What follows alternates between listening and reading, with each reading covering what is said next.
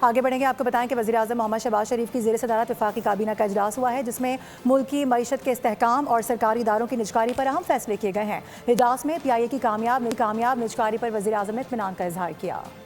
وزیر اعظم نے کابینہ ارکان کو نئے سال کی مبارکباد پیش کی۔ رواں مالی سال کی پہلی سہ ماہی میں جی ڈی پی میں اضافے پر اظہار مسرت۔ اجلاس میں off grid captive power plant سے متعلق اہم فیصلوں کی منظوری دی گئی۔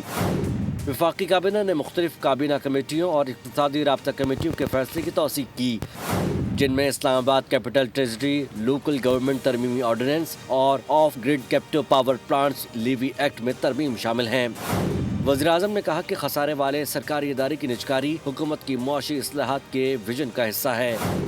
صدر متحدہ عرب امارات اور سعودی ولی عہد سے حالیہ ملاقاتیں مفید رہیں۔ وفاقی کابینہ کے یہ اقدامات ملک کی معیشت کو مستحکم کرنے اور عوامی مفاد کو یقینی بنانے میں اہم کردار ادا کریں گے۔ سبسکرائب کریں اور بیل دبائیں تاکہ کوئی خبر رہ نہ جائے۔